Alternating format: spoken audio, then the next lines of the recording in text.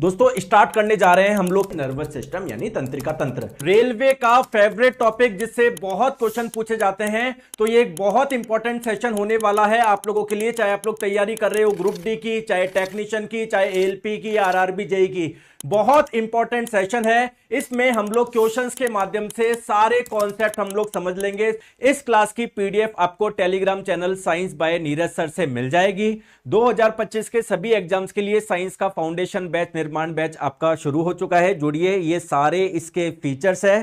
तो play store पे जाइए, साइंस मैग्नेट ऐप इंस्टॉल करिए। इसके कोर्स वाले सेक्शन में आपको Nirman batch railway science foundation course मिल जाएगा। बाय नाउ आप लोग कर लीजिए। दोस्तों आप लोगों को कॉम्बो में चारों सब्जेक्ट मिल जाएंगे। यहां पर है ना, एक निर्माण बैच कॉम्बो भी है जिसमें मैथ्स, इंग्लिश, साइंस, जीके सब आप लोगों को मिल जाएगा। चलिए स्टार्ट करते हैं आज का सेशन। पहला क्वेश्चन आपकी स्क्रीन पे, कौन सा तंत्रिका तंत्र का एक घटक नहीं है? आपको पता है हमारी बॉडी में अलग अलग सिस्टम होते हैं, सबके अलग अलग कार्य हैं। वैसे ही हमारी बॉडी में एक नर्वस सिस्टम होता है, तंत्रिका तंत्र होता है, जिसका कार्य क्या है? कोऑर्डिनेशन करना, बॉडी के अलग अलग अंगों के बीच में कोऑर्डिनेशन करना। अब आपको लगता है कि यार ये कार्य किसी एक अंग के द्वारा होता होगा, नहीं, बहुत सारे अंग मिलके ये कार्य करते हैं। तो इन अंगों के समूह को बोलते हैं नर्वस सिस्टम यानी तंत्रिका तंत्र। सर इसमें कौन कौन इंपॉर्टेंट है? एक सबसे इंपॉर्टेंट हो गया आप लोगों का ब्रेन यानी मस्तिष्क। दोस्तों ब्रेन के पीछे एक मोटी सी नस निकलती है जिसे आप लोग बोलते हैं स्पाइनल कॉर्ड यानी मेरुरज्जु। ये भी इसमें महत्वपूर्ण भूमिका निभाता है। साथ में क्या होता है, हमारी जो स्पाइनल कॉर्ड है, मेरुरज्जु है, इससे बहुत सारे से वायर जैसे कुछ निकलते हैं जिससे अलग अलग जगह मैसेज जाता है। इसे बोलते हैं नर्व्स यानी तंत्रिका। सिमिलरली ब्रेन से भी आप लोगों के अलग अलग वायर निकलते हैं जो ब्रेन बॉडी के अलग अलग पार्ट में मैसेज लेके जाते हैं। इसे भी बोलते हैं नर्व्स यानी तंत्रिका। तो आपका जो ब्रेन है, स्पाइनल कॉर्ड्स है, इनसे निकलने वाली जो नर्व्स है, तंत्रिका, ये सभी मिलके क्या करते हैं? नर्वस सिस्टम का निर्माण करते हैं। तो यार ये भी है, ये भी है, ये भी है, तो आप लोग बोलोगे सर ऑल आर कंपोनेंट, सभी घटक है। बात क्लियर है? देखो ये आपका ब्रेन के पीछे मोटी सी नस देख पा रहे हो, स्पाइनल कॉर्ड, मेरुरज्जु, बिल्कुल यहां से कुछ वायर निकलते हुए देख पा रहे हो, यहां से भी निकल रहे हैं, इन्हें बोलते हैं नर्व्स यानी तंत्रिका। ये सारे ही आपके नर्वस सिस्टम का पार्ट है। बहुत बढ़िया दोस्तों। चलिए नेक्स्ट क्वेश्चन आपके स्क्रीन पे बताएंगे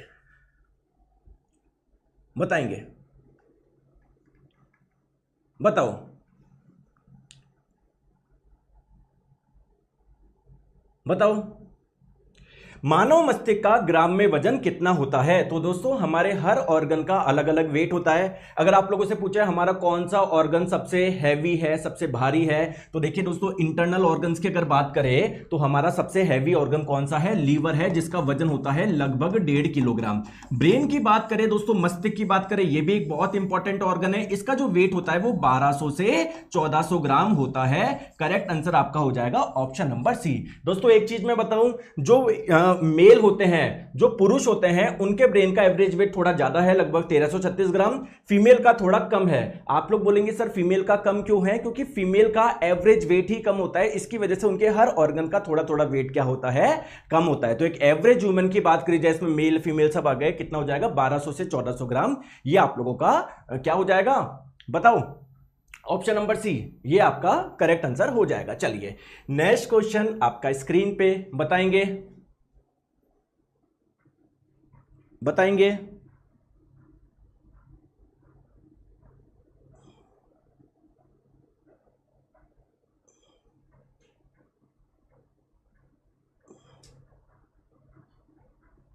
देखिए मानव मस्तिष्क का वजन कितना होता है, तो आप लोगों को दोस्तों अगर ग्राम में पूछा जाए तो 1200 से 1400 ग्राम। आप लोगों से पूछा जाए टोटल बॉडी वेट का लगभग कितना होता है, तो वो कितना होता है? 2%। यानी अगर किसी व्यक्ति का वेट 100 kg है तो उसके जो ब्रेन का वेट होगा वो लगभग कितना होगा? 2 kg होगा। अगर किसी का दोस्तों 50 kg है तो उसके ब्रेन का वेट लगभग 1 kg होगा। ठीक है, तो परसेंटेज में भी आप लोग ध्यान रखिए, बहुत आप लोगों से पूछता है। बहुत बढ़िया।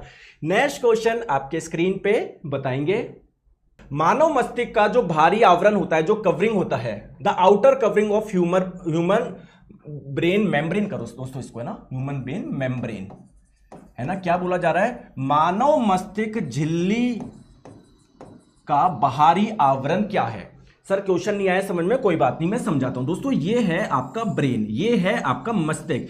दोस्तों ब्रेन की प्रोटेक्शन के लिए इसके ऊपर क्या होती है?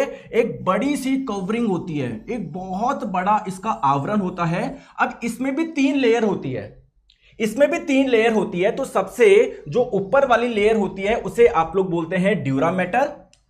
फिर इसके जैसे देखो ये है आपका ब्रेन, मेरी बात को ध्यान समझो, ये है आपका ब्रेन यानी मस्तिष्क, इसके ऊपर है हड्डी। तो ब्रेन और हड्डी के बीच में एक कवरिंग होती है, एक आवरण होता है, इसमें भी 3 लेयर होती है। तो सबसे जो बाहर वाली होती है जो हड्डी से कनेक्टेड होती है उसका नाम क्या है? Dura mater. इससे दोस्तों नीचे वाली जो होती है उसका नाम है एरिकनॉइड मैटर, और सबसे अंदर वाली जो ब्रेन से कनेक्टेड होती है इसे आप लोग बोलते हैं पिया मैटर। तो करेक्ट आंसर आपका क्या हो जाएगा? सबसे बाहरी वाला पूछा गया, सबसे बाहरी वाला, तो करेक्ट आंसर हो जाएगा option number A C, dura mater. ठीक है। अब दोस्तों ध्यान रखो, ब्रेन के ऊपर ये जो कवरिंग है, ये जो आवरण है, अगर आप लोगों से पूछा जाए सर इसका नाम क्या होता है, इस कवरिंग का नाम होता है मेनिंजेस। और इस मेनिंजेस की 3 लेयर होती है, 3 परत होती है। सबसे बाहरी वाली जो परत है उसका नाम क्या है? Dura mater. आ गई बात समझ में? बहुत बढ़िया। चलिए सर, आपके स्क्रीन पे नेक्स्ट क्वेश्चन ये रहा, बताओ। आपको 4 ऑप्शन दिए हुए, पूछा गया कौन सा अग्र मस्तिष्क का भाग नहीं है। दोस्तों हमारे ब्रेन को 3 पार्ट में आप लोग बांट सकते हो। फोर ब्रेन, अग्र मस्तिष्क सबसे आगे वाला, फिर एक होता है आपका मिड ब्रेन, मध्य मस्तिष्क बीच में, और एक होता है सबसे पीछे हिंड ब्रेन यानी पश्चिम मस्तिष्क सबसे पीछे। दोस्तों फोर ब्रेन के 3 पार्ट होते हैं, ध्यान रखेंगे। एक होता है सेरेब्रम जिसे हिंदी में बोलते हैं प्रे मस्तिष्क, एक होता है आप लोगों का थैलेमस जिसे हिंदी में भी थैलेमस बोलते हैं, और एक होता है हाइपोथैलेमस, शॉर्ट में मैं HT लिख देता हूं। तो हाइपोथैलेमस पार्ट है, थैलेमस भी पार्ट है, सेरेब्रम जिसे आप लोग हिंदी में प्रे मस्तिष्क बोलते हैं ये भी आपके ब्रेन फोर ब्रेन का पार्ट है, ये नहीं है। तो सर ये सेरिबेलम किसका पार्ट है? दोस्तों जो हिंड ब्रेन है ना, इसके भी 3 पार्ट होता है। कौन कौन से सर? एक तो होता है पॉन्स, याद रख लोगे? बिल्कुल सर रख लेंगे। एक होता है मेडुला, याद रख लोगे? बिल्कुल रख लेंगे। और एक होता है सेरिबेलम, सर इसे हिंदी में क्या बोलते हैं? इसे हिंदी में बोलते हैं अनुमस्तिष्क। तो जो अनुमस्तिष्क है वो आपके हिंड ब्रेन का पार्ट है, ना कि फोर ब्रेन का।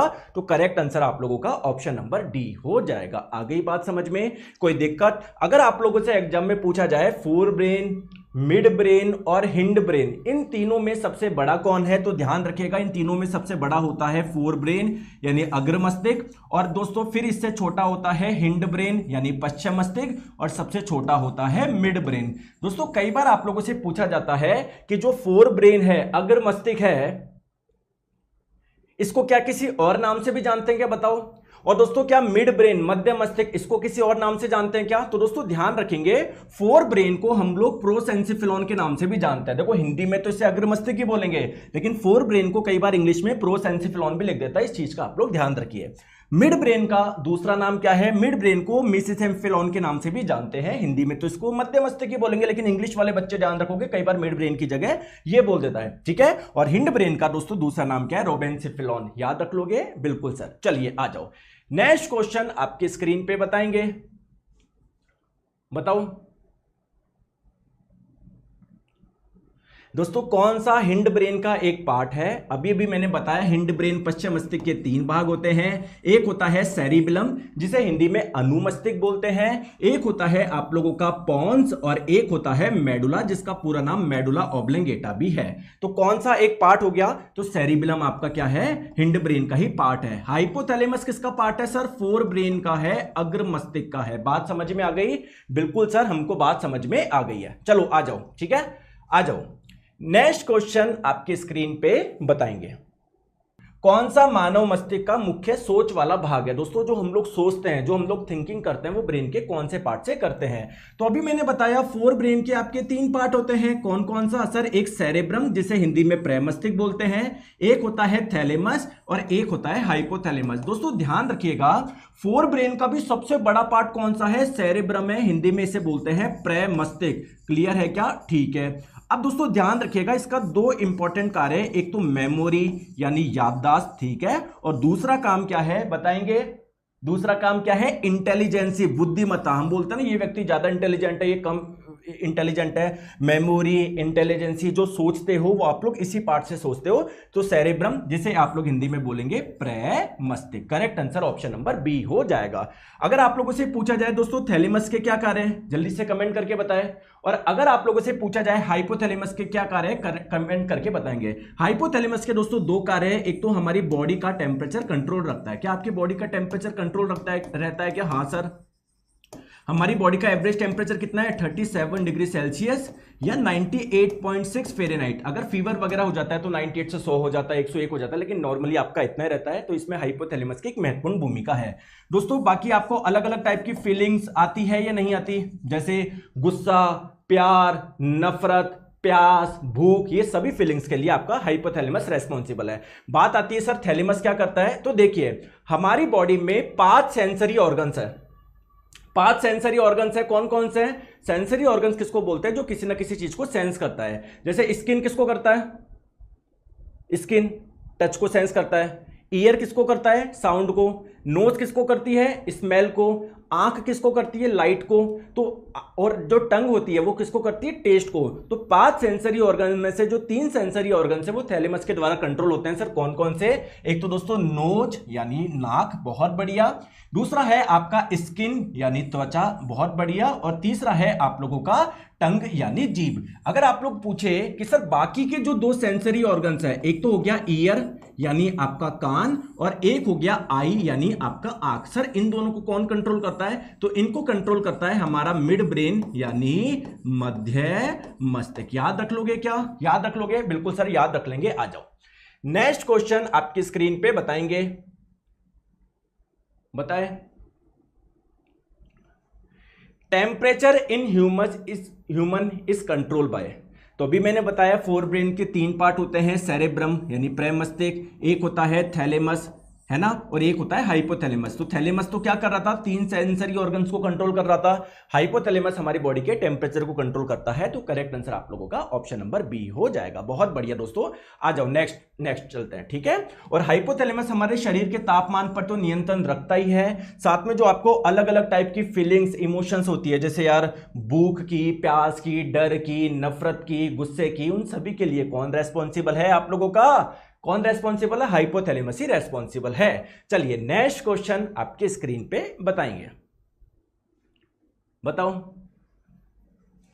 मस्तिष्क का कौन सा हिस्सा श्वसन को नियंत्रित करता है, रेस्पिरेशन को कंट्रोल करता है? दोस्तों क्या आपको पता है रेस्पिरेशन होता क्या है? देखो ब्रीदिंग और रेस्पिरेशन में डिफरेंस है। ब्रीदिंग तो क्या होता है? सांस लेना, सांस छोड़ना। रेस्पिरेशन क्या है? जब आप लोगों की एयर अंदर जाती है तो उसमें जो ऑक्सीजन होती है वो हमारे हर कोशिका तक पहुंचती है। बिल्कुल। तो दोस्तों ये जो हमारी कोशिका में क्या पहुंचती है? ऑक्सीजन पहुंचती है। उससे क्या मिलता है? वहां पर एनर्जी मिलती है, और एनर्जी निर्माण के दौरान क्या बनता है? कार्बन डाइऑक्साइड गैस बनती है। तो हर कोशिका के पास में ऑक्सीजन जा रही है, वहां से कार्बन डाइऑक्साइड निकल रही है। इस प्रोसेस को बोलते हैं रेस्पिरेशन यानी श्वसन। दोस्तों क्या ये आपके कंट्रोल में है क्या? मैं बोलूं यार नीचे की कोशिकाओं में रेस्पिरेशन होने दो या मत होने दो, ये आपके कंट्रोल में है क्या? नहीं। तो ऐसी एक्टिविटी जिसपे हम लोग कंट्रोल नहीं है उसे बोलते हैं इनवॉलेंट्रीज एक्टिविटी यानी अनैच्छिक क्रियाएं। तो जितनी भी अनैच्छिक क्रियाएं होती है वो किससे कंट्रोल होती है? जो हमारा हिंड ब्रेन है ना, इसका एक पार्ट है मेडुला। तो मेडुला के द्वारा जितनी भी इनवॉलेंट्रीज एक्टिविटी होती है वो कंट्रोल होती है। Correct answer option number C हो जाएगा, मेडुला, जिसे हिंदी में मज्जा भी बोलते हैं, या कई बार आप लोगों को ऐसा मेडुला भी लिखा हुआ आ जाएगा। आई बात समझ में? ठीक है। एक चीज ध्यान रखिएगा दोस्तों, इसके अलावा कौन कौन सी इनवॉलेंट्रीज एक्टिविटी होती है जिसका आपका जिस पर कंट्रोल नहीं है? बताओ, 2-3 एग्जांपल बताएं, बताओ।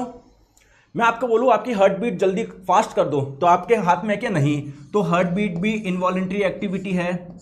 छींकना, उबासी आना, ये भी इनवॉलेंट्रीज एक्टिविटी है। दोस्तों हमारे बॉडी में मुंह में लार का बनना, ये भी इनवॉलेंट्रीज एक्टिविटी है। जब आप लोग भोजन कर रहे हो उसका अल्टीमेटली आपकी बॉडी में पाचन होगा, तो ये भी एक इनवॉलेंट्रीज एक्टिविटी आपके हाथ में नहीं है, फास्ट कराना है या स्लो कराना है। आगे बात समझ में? तो जितनी भी इनवॉलेंट्रीज एक्टिविटी होगी वो आपके मेडुला के द्वारा कंट्रोल होगी। यार बहुत बढ़िया दोस्तों, आ जाओ। चलिए नेक्स्ट क्वेश्चन देखो, आ गया क्वेश्चन। खांसने और छींकने जैसी दोस्तों कोई सी भी इनवॉलेंट्रीज एक्टिविटी हो वो सभी किसके द्वारा कंट्रोल होती है? मेडुला के द्वारा होती है। तो करेक्ट आंसर आप लोगों का ऑप्शन नंबर ए हो जाएगा। चलिए दोस्तों बताएंगे सेरिबेलम किससे संबंधित है? तो अभी अभी मैंने बताया दोस्तों हमारा हिंड ब्रेन यानी पश्चिम मस्तिष्क के 3 भाग होते हैं। एक होता है आप लोगों का सेरिबेलम जिसे अनुमस्तिष्क बोलते हैं, एक होता है आप लोगों का पॉन्स, बात आ गई समझ में, और एक होता है मेडुला। मेडुला का क्या काम होता है वो आप अच्छे से समझ चुके हो। अब बात करते हैं सेरिबेलम यानी अनुमस्तिष्क की। दोस्तों अगर आप लोग चल रहे हो, फिर रहे हो, तो इसमें आपकी मसल्स ढंग से काम करनी चाहिए, नहीं करनी चाहिए? तो मसल्स का मूवमेंट प्रॉपर्ली होना चाहिए, नहीं होना चाहिए? तो हमारी मसल्स यानी मांसपेशियों की प्रॉपर वर्किंग के लिए कौन इंपॉर्टेंट है? ये सेरिबेलम इंपॉर्टेंट है। ये मसल्स के मूवमेंट को कंट्रोल करता है। मसल में अगर कहीं पर ट्विस्टिंग हो रही है, मतलब मसल में कहीं पर भी कुछ घुमाव हो रहा है ना, तो पूरा कंट्रोल कौन करता है? यही करता है, ऑप्शन नंबर डी। अब आप लोग मुझे एक चीज बताएंगे, कई बार आप लोगों से एग्जाम में पूछा जाता है, चलो मैं सीधे वो लेकर आ जाता हूं, ठीक है, आ जाओ बताओ।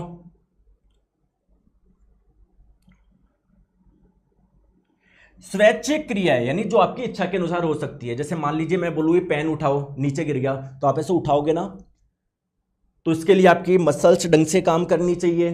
तो मसल्स ढंग से काम करने के लिए कौन इंपॉर्टेंट है? सेरिबेलम है, अनुमस्तिष्क है। अगर आपकी मसल्स ढंग से काम करेगी तो आपकी बॉडी का बैलेंस भी प्रॉपर बना रहेगा, आपकी बॉडी का पोस्चर भी प्रॉपर बना रहेगा। तो इन सभी के लिए कौन रेस्पॉन्सिबल है? हमारे हिंड ब्रेन का पार्ट सेरिबेलम यानी अनुमस्तिष्क।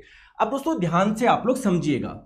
दोस्तों एक चीज मुझे बताएंगे, अगर आप लोगों से एग्जाम में पूछा जाए कि सेरिबेलम के क्या कुछ अन्य नाम भी है क्या? बिल्कुल दोस्तों, इसे हम लोग लिटिल ब्रेन यानी छोटा मस्तिष्क के नाम से भी जानते हैं। छोटा मस्तिष्क। सर क्यों?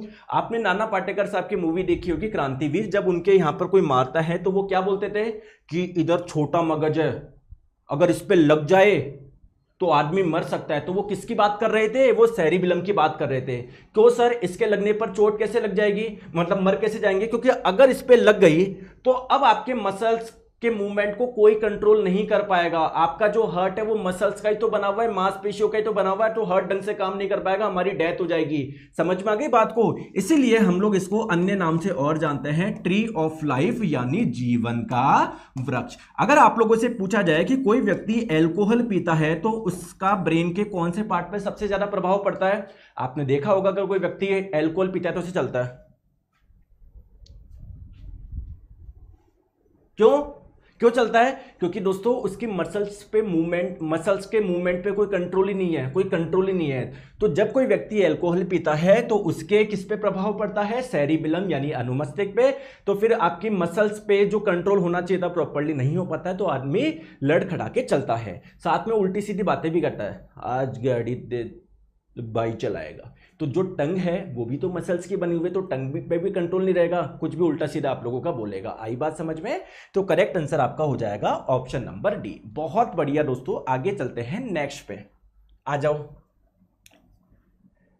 पॉन्स मानव डैश का भाग है। किसका भाग है? तो अभी मैंने बताया हमारे ब्रेन का एक पार्ट है हिंड ब्रेन यानी पश्चिम मस्तिष्क, सबसे पीछे वाले का, और इसके भी 3 पार्ट होते हैं। एक हो गया आप लोगों का पॉन्स, एक हो गया मेडुला, और एक हो गया सेरिबेलम जिसे अनुमस्तिष्क बोलते हैं। तो पॉन्स हमारे हिंड ब्रेन पश्चिम मस्तिष्क का भाग है, या फिर आप लोग बोल सकते हो हमारे ब्रेन का एक पार्ट है। Correct answer option number B हो जाएगा। मैंने इसके भी कार्य आपको बता दिए, इसके भी बता दिए। पॉन्स का कार्य क्या होता है, कौन मुझे बताएगा? दोस्तों जब हमारे बॉडी से ब्रेन तक मैसेज आते हैं ना, तो वो सबसे पहले कहां पर आते हैं? पॉन्स के पास में आते हैं। फिर पॉन्स देखता है ये काम किसका है, हाइपोथैलेमस का है या थैलेमस का है या सेरेब्रम का है, फिर ये उनके पास में भेजता है। तो ये बेसिकली कोऑर्डिनेशन में है ना, अंगों और ब्रेन के अलग अलग पार्टों के बीच में कोऑर्डिनेशन में इसका इंपॉर्टेंट रोल है। ये ब्रिज की तरह कार्य कर रहा है, पुल की तरह कार्य कर रहा है, क्योंकि ब्रिज से क्या होता है, एक जगह से दूसरी जगह पहुंच पाते हो ना। तो पॉन्स भी क्या कर रहा है, बॉडी से आने वाले जो मैसेज है पहले खुद के पास में लेता है और फिर देखता है ये काम किसका है, थैलेमस का है या हाइपोथैलेमस का है या सेरेब्रम का है। आगे बात समझ में, आगे बात समझ में। चलिए आ जाओ नेक्स्ट बात, ठीक है। ये और क्या करता है पॉन्स एक काम, दो काम और करता है। एक ये हमारी स्लिप साइकिल को भी कंट्रोल करता है। स्लिप साइकिल का मतलब रात को सोना सुबह जगना, रात को सोना सुबह जगना। तो जो स्लिप साइकिल है इस पर भी ये कंट्रोल करता है। दूसरी बात जो हमारी ब्रीदिंग रिदम होती है ना, सांस लेना सांस छोड़ना, सांस लेना सांस छोड़ना, इसमें भी इसका एक बहुत इंपॉर्टेंट रोल है। और बाकी एक मैंने बता ही दिया, बॉडी और माइंड के बीच में कोऑर्डिनेशन का जो मेन कार्य है वो किसके द्वारा होगा, पॉन्स के द्वारा होता है। आगे बात समझ में दोस्तों, मजा आ रहा है ना? तो बस टेंशन क्यों लेते हो यार, मैं बैठा हूं ना इधर, बस क्लास लो, क्लास में याद करवा दूंगा, घर जाके रिवाइज करने की भी जरूरत नहीं पड़ेगी, लेकिन रिवीजन करना है क्योंकि आप ह्यूमन इंसान भूलता है, सब भूलते हैं। आ जाओ, किसे सामूहिक रूप से ब्रेन स्टेम कहा जाता है? ब्रेन स्टेम को दोस्तों हम लोग हिंदी में मस्तिष्क की पूंछ भी बोल देते हैं कई बार। तो दोस्तों किसको इनमें से कौन मिलके मस्तिष्क की पूंछ बनाएंगे? दोस्तों हमारे ब्रेन में जब ये पीछे वाला जो आप लोग देखोगे ना, कौन कौन सा, आ जाओ मैं आपको बताता हूं, देखो मेरी बात को ध्यान से समझो। एक तो दोस्तों ये रहा हमारा मिड ब्रेन यानी मध्य मस्तिष्क, जिसपे मैं दोस्तों ये लाल कलर चला रहा हूं, ये वाला पार्ट, ठीक है। आगे बात समझ में, ये हो गया आपका पॉन्स, पॉन्स जो कि हिंड ब्रेन का पार्ट है, और ये जो ग्रीन वाला आप लोग देख पा रहे हो ये है मेडुला, ये भी हिंड ब्रेन का पार्ट है। अगर आप लोग देख रहे हो इन तीनों को मिला के देखोगे तो ऐसा लग रहा है ना कोई पूंछ सी निकल रही है, ब्रेन के पीछे कोई पूंछ सी निकल रही है। तो इन तीनों को मिला के हम लोग बोलते हैं ब्रेन स्टेम यानी मस्तिष्क की पूंछ। कौन कौन? मिड ब्रेन यानी मध्य मस्तिष्क, और बाकी हिंड ब्रेन के दो पार्ट, एक पॉन्स और एक मेडुला। सर हिंड ब्रेन के 3 पार्ट होते हैं। सेरिबेलम कहां है? देखो सेरिबेलम इधर है, इस साइड होता है वो, ये रहा आपका सेरिबेलम, ये रहा आपका अनुमस्तिष्क। तो ये जो पूंछ बन रही है उसमें सेरिबेलम नहीं आ रहा, ये 3 पार्ट आ रहे हैं। तो अगर आप लोगों से पूछा जाए क्वेश्चन में कि ब्रेन स्टेम कौन 3 पार्ट मिलके ब्रेन स्टेम बना रहे हैं, तो एक तो आपका हो जाएगा मिड ब्रेन, एक आपका हो जाएगा पॉन्स, और एक हो जाएगा आपका मेडुला, जिसका पूरा नाम होता है मेडुला ऑब्लोंगेटा। तो ऑप्शन नंबर सी देखो, मेडुला ऑब्लोंगेटा, पॉन्स और मिड ब्रेन। आगे बात समझ में, आगे बात समझ में। नेक्स्ट क्वेश्चन आपकी स्क्रीन पे बताएंगे।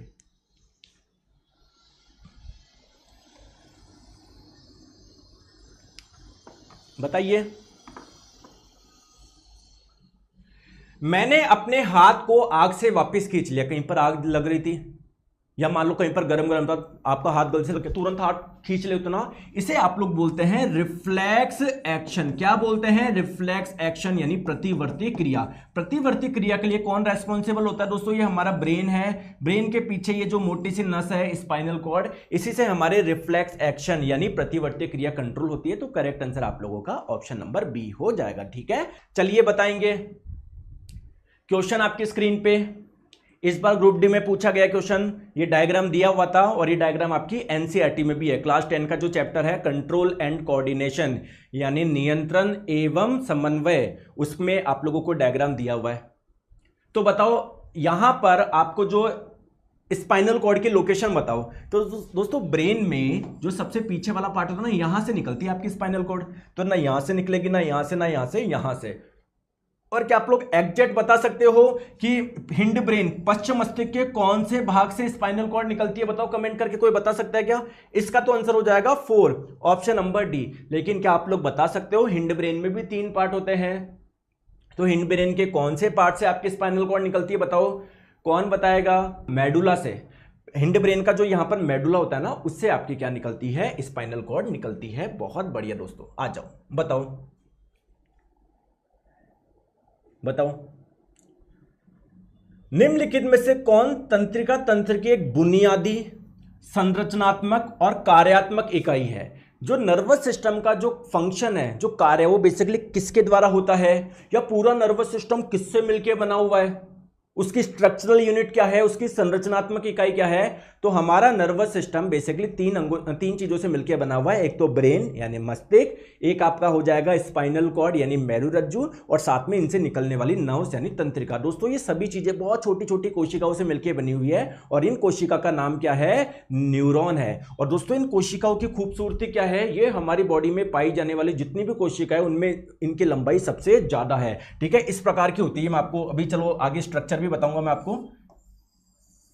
कुछ इस प्रकार की होती है, ऐसे बहुत लंबी होती है आप लोगों की, ऐसे है ना। तो ऑप्शन नंबर डी इसका करेक्ट आंसर हो जाएगा। इस न्यूरॉन से याद रखो, अगर आप लोगों से पूछा जाए कि ब्रेन की स्टडी को क्या बोलते हैं, तो ब्रेन की स्टडी को हम लोग बोलते हैं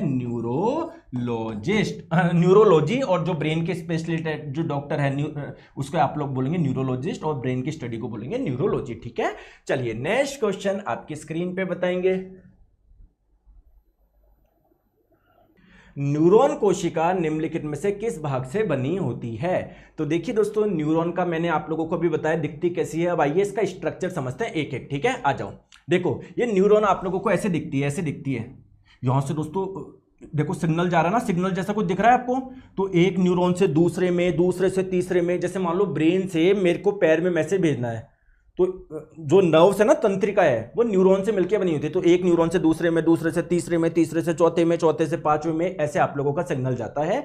आइए इस न्यूरॉन का स्ट्रक्चर समझते हैं, क्योंकि हमारी बॉडी की बहुत इंपॉर्टेंट ये कोशिका है। सर बताए स्ट्रक्चर बताऊं? ठीक है, ये पूरी की पूरी कोशिका है। सर काफी कॉम्प्लेक्स है, इसको प्यार से समझाइए। बिल्कुल प्यार से समझाऊंगा दोस्तों। कोशिका के अंदर क्या न्यूक्लियस केंद्रक होता है क्या? हमारी बॉडी के अंदर जितनी भी कोशिका पाई जाती है, क्या न्यूक्लियस केंद्रक होता है क्या? क्या कोशिका के अंदर माइटोकॉन्ड्रिया भी होता है क्या?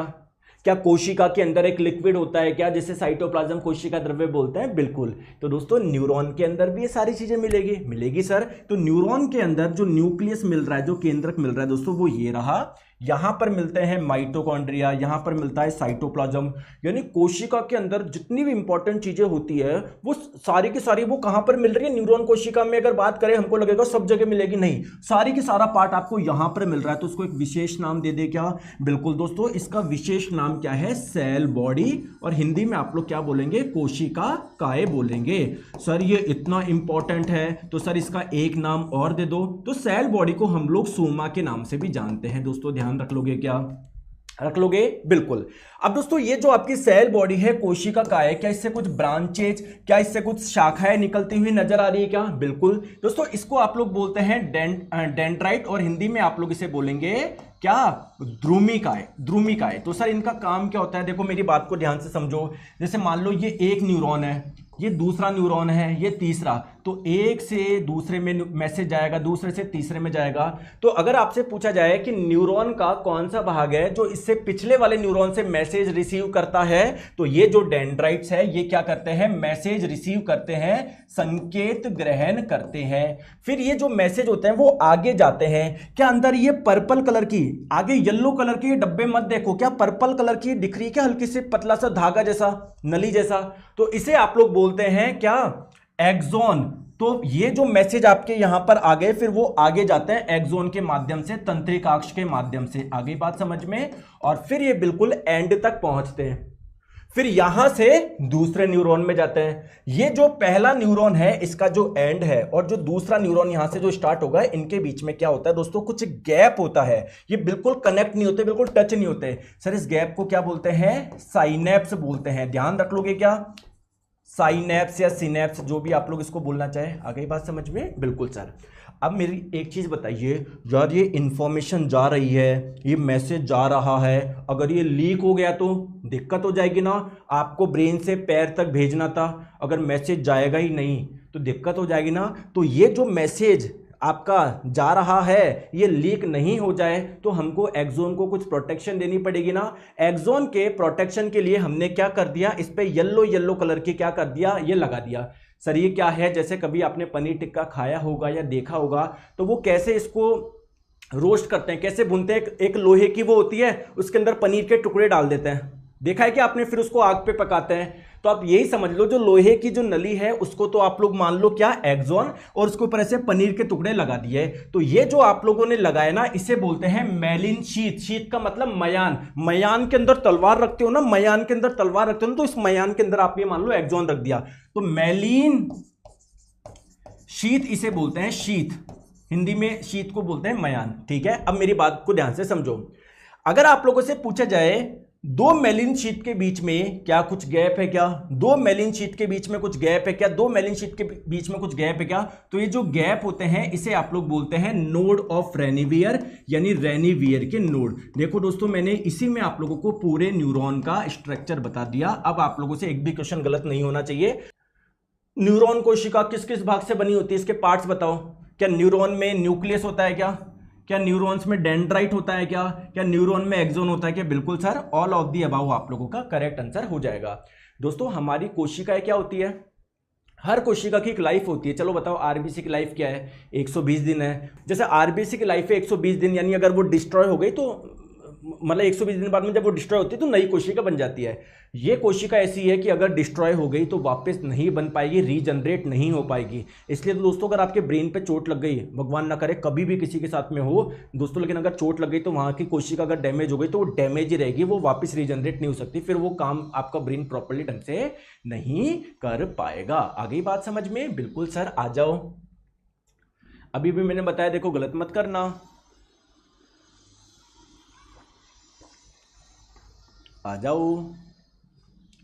न्यूरॉन के कोशिका काय को क्या कहा जाता है? अभी भी मैंने बताया, न्यूरॉन की जो सेल बॉडी है कोशिका काय है, उसे हम लोग एक विशेष नाम दे दे। क्या क्या दे दे दोस्तों?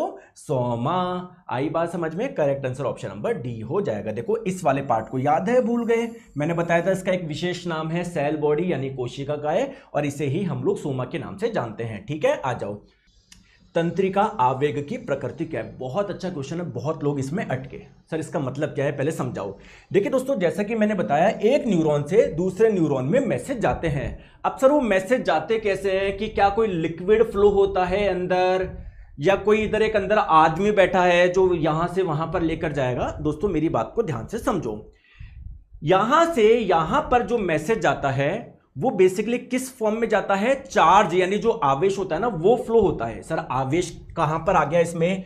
जैसे दोस्तों सोडियम आयन, इस पे आवेश है, पोटेशियम आयन, इस पे आवेश है। तो ये फ्लो करते हैं बेसिकली, ये अपने साथ में क्या लेके जाता है? इंफॉर्मेशन लेके जाता है। तो आपको लगेगा सर चार्ज फ्लो कर रहा है, आवेश फ्लो कर रहा है, तो मैं सर ये जो सिग्नल जा रहा है इधर, इसकी प्रकृति को सर मैं इलेक्ट्रिकल बता दूं क्या? बिल्कुल, आप बिल्कुल गलत नहीं हो, आप बिल्कुल सही हो। लेकिन जैसे ही ये आपके इलेक्ट्रिक चार्ज यहां पर पहुंचते हैं, अब आपको क्या है, यहां पर दूसरा न्यूरॉन है, दूसरा न्यूरॉन है, ये चार्ज, ये आवेश यहां पर नहीं जा सकता। तो यहां पर ये चार्ज जो है ना, वो एक केमिकल में कन्वर्ट हो जाता है। फिर वो केमिकल आपका इधर जाता है, जैसे केमिकल इधर पहुंचता है, फिर यहां के जो चार्ज थे, वो आवेश थे, वो आगे जाते हैं। यानी सर न्यूरॉन में जो मैसेज जा रहा है वो एक इलेक्ट्रिकल के रूप में भी जा रहा है, केमिकल के रूप में भी जा रहा है। तो क्या मैं इसको इलेक्ट्रोकेमिकल बोल दूं? एग्जाम में क्वेश्चन आया था, 90% लोग इसको गलत करके आए थे, क्योंकि वो रट के जाते हैं, क्योंकि वो रट के जाता है। सर आपने मुझे ये बता दिया कि एक न्यूरॉन में कैसे मैसेज जा रहा है, सर इससे इसमें कैसे केमिकल में कन्वर्ट होगा? सर ये भी दिखाओ ना। देखो देखो, ये एक न्यूरॉन है, मान लो दूसरा न्यूरॉन है, क्या कुछ दिख रहा है आपको? ये कुछ जाते हुए, कुछ पदार्थ जाते हुए दिख रहा है क्या? देखो कुछ पदार्थ जाते हुए दिख रहा है क्या? कुछ पदार्थ जाते हुए दिख रहा है क्या? कुछ पदार्थ जाते हुए दिख रहा है क्या? कुछ केमिकल जाते हुए दिख रहे हैं? बिल्कुल सर, बहुत बढ़िया दोस्तों, आ जाओ बताओ। डैश दो न्यूरॉन्स के बीच का स्थान है, मैंने अभी भी बताया, दो न्यूरॉन्स बिल्कुल फिजिकली आपके कनेक्ट नहीं होते, उनके बीच में कुछ गैप होता है, इसे आप लोग क्या बोलते हैं? सिनेप्स बोलते हैं, या साइनेप्स, जैसे भी आप लोग प्रोनाउंशिएट करना चाहे, बस ध्यान रखो आप लोग, ऑप्शन नंबर बी, ठीक है। ये एक न्यूरॉन, ये दूसरा न्यूरॉन, इसके ये डायरेक्टली कनेक्ट नहीं है, फिजिकल कॉन्टैक्ट नहीं है, इनके बीच में कुछ गैप रहता है, इसे बोलते हैं साइनेप्स, ठीक है। आ जाओ, अब दोस्तों ध्यान रखिएगा, एक छोटी सी बात, एक कॉन्सेप्ट सिखा देता हूं मैं आपको। यहां पर अभी क्वेश्चन नहीं पूछा गया रेलवे में, लेकिन इस बार पूछा जा सकता है। मेरी बात को ध्यान से समझो। आपका हाथ कहीं पर लग गया, मान लो गर्म जगह लग गया, तो तुरंत आप लोग हाथ हटाते हो क्या? यानी आप देखो, यहां से मैसेज गया आपकी स्पाइनल कॉर्ड और ब्रेन तक, फिर वहां से मैसेज आया कि भाई हाथ हटा, कितना फास्ट हुआ ये। तो आपने हाथ लगाया, आपको गर्म लगा, क्लियर है? तो कुछ न्यूरॉन्स होंगे जो इस चीज को सेंस करेंगे, तो इन्हें आप लोग बोलते हैं सेंसरी न्यूरॉन्स, ध्यान रख लोगे। फिर ब्रेन से और स्पाइनल कॉर्ड से मैसेज आएगा कि भाई हाथ हटा, तो वो वाले न्यूरॉन जो मैसेज लेकर आ रहे हैं, भाई हाथ हटा, हटा हटा, उनको बोलेंगे मोटर न्यूरॉन। बात समझ में आ गई? यानी मान लो वहां से ब्रेन के अलग अलग पार्ट से या स्पाइनल कॉर्ड से जो आपके हाथ तक आया कि भाई हटा, उसे बोलेंगे मोटर न्यूरॉन, और जो सेंस करेगा उन्हें बोलेंगे सेंसरी न्यूरॉन। और सेंसरी न्यूरॉन और मोटर न्यूरॉन को जो कनेक्ट करता है उन्हें बोलते हैं इंटर न्यूरॉन। बस थोड़ा सा ध्यान रखना, अभी तक पूछा नहीं गया, लेकिन हो सकता है इस बार पूछ ले, ठीक है। आ जाओ, चलिए नेक्स्ट क्वेश्चन आपके स्क्रीन पे। शरीर में कितनी मेरु तंत्रिकाएं होती है? मैंने अभी भी आपको बताया, ये रहा हमारा ब्रेन, ब्रेन के पीछे मोटी सी नस निकल रही है जिसे बोलते हैं स्पाइनल कॉर्ड यानी मेरुरज्जु। क्या मेरुरज्जु से कुछ ऐसे वायर जैसे कुछ निकलते हैं क्या, जो ब्रेन के अलग अलग पार्ट में मैसेज लेके जाते हैं? ये वायर्स को बोलते हैं नर्व्स यानी तंत्रिका। तो स्पाइनल कॉर्ड से जो निकलती है उसे बोलते हैं स्पाइनल नर्व्स। संख्या कितनी है दोस्तों? देखो जोड़े में निकल रहा है, एक इधर तो एक इधर, एक इधर तो एक इधर, तो ये है 31 पेयर यानी 31 जोड़े। और अगर दोस्तों ब्रेन से भी निकलती है, बिल्कुल एक इधर एक इधर एक इधर एक इधर, तो ब्रेन से जो निकलती है उसे आप लोग बोलते हैं क्रेनियल नर्व्स यानी कपाल तंत्रिकाएं। इनकी संख्या होती है 12 जोड़े। तो स्पाइनल नर्व्स पूछा गया था, आंसर हो जाएगा 31 जोड़े। अगर आप लोगों से एग्जाम में पूछा जाए हमारी बॉडी में टोटल नर्व्स यानी टोटल तंत्रिका कितनी पाई जाती है, आपका आंसर क्या होगा? 31 जोड़े तो ये वाले और 12 जोड़े ये वाले, तो आप लोग क्या बोलोगे? 43 जोड़े। याद रह जाएगा क्या? बिल्कुल सर रह जाएगा। अब मेरी बात को ध्यान से समझो, एक बहुत प्यारी सी बात बता दूं क्या? बहुत प्यारी सी बात बता दूं क्या? देखो बता दूं क्या, बोलते नहीं हो कि सर प्यारी सी बात बता दो। आ जाओ दोस्तों, ये रहा हमारा ब्रेन और ये रहा हमारी स्पाइनल कॉर्ड। जो हमारा नर्वस सिस्टम 3 चीजों से मिलकर बना हुआ है, किससे? ब्रेन से, स्पाइनल कॉर्ड से और ये निकलने वाली नर्व से। तो क्या ब्रेन और स्पाइनल कॉर्ड बिल्कुल सेंटर में है क्या? ब्रेन और स्पाइनल कॉर्ड बिल्कुल सेंटर में है क्या? तो ब्रेन और स्पाइनल कॉर्ड यानी मस्तिष्क और मेरुरज्जु मिलके आपका क्या, इन दो पार्ट को हम लोग अलग से क्या बोल रहे थे? सेंट्रल नर्वस सिस्टम यानी केंद्रीय तंत्रिका तंत्र। आ गई बात समझ में? आ गई बात समझ में? ब्रेन से कुछ वायर्स निकल रहे हैं, नर्व्स निकल रही है, स्पाइनल कॉर्ड से भी कुछ वायर्स निकल रही है, नर्व्स निकल रही है, तंत्रिका निकल रही है, जो अलग अलग जगह मैसेज लेकर जा रही है।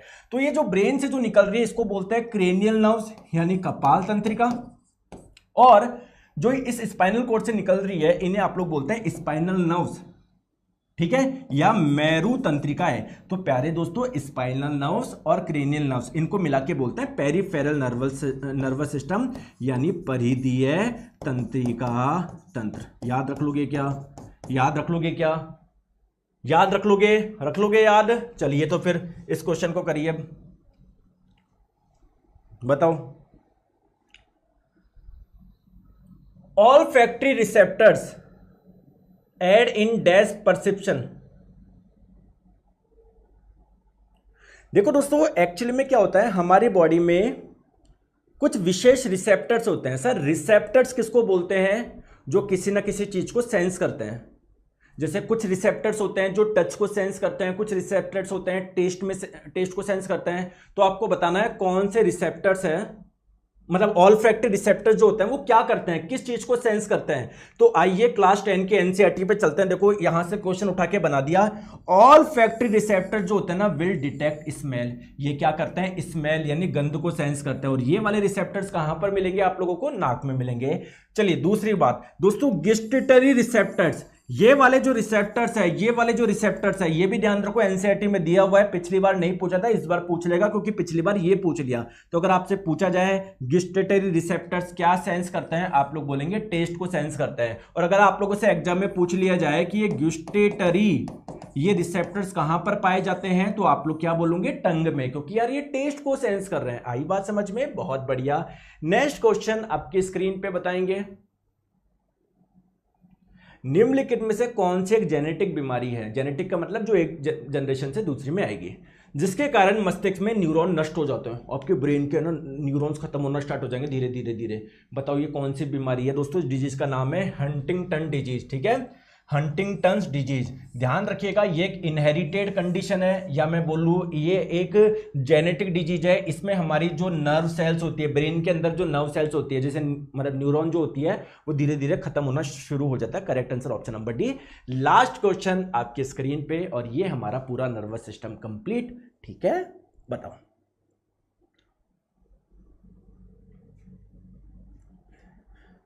डोपामाइन एक महत्वपूर्ण न्यूरोट्रांसमीटर है। दोस्तों डोपामाइन हमारे ब्रेन में बनने वाला एक इंपॉर्टेंट केमिकल है। इसका क्या कार्य होता है दोस्तों? इसके बनने से हम लोगों को खुशी मिलती है, प्लेजर मिलता है, ठीक है। जैसे कुछ व्यक्ति ज्यादा इंस्टाग्राम चलाते हैं, रील चलाते हैं, क्यों चला रहे हैं वो? क्योंकि इस दौरान उनकी बॉडी में बहुत ज्यादा डोपामाइन बन रहा है, उनको अच्छा लग रहा है, जिसकी वजह से वो कार्य कर पा रहे हैं।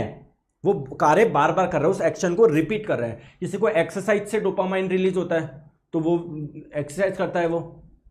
तो ये जो डोपामाइन रिलीज होता है, कई बार क्या होता है, जिन कोशिकाओं के द्वारा ये डोपामाइन रिलीज होता है, कई बार वो कोशिकाएं नष्ट हो जाती है, तो डोपामाइन रिलीज नहीं होगा।